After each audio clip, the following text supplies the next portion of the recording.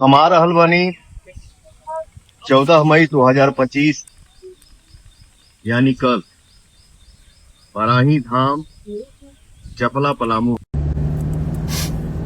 नमस्ते, प्रणाम, हर हर महादेव। सारे देशवासियों को जय हिंद।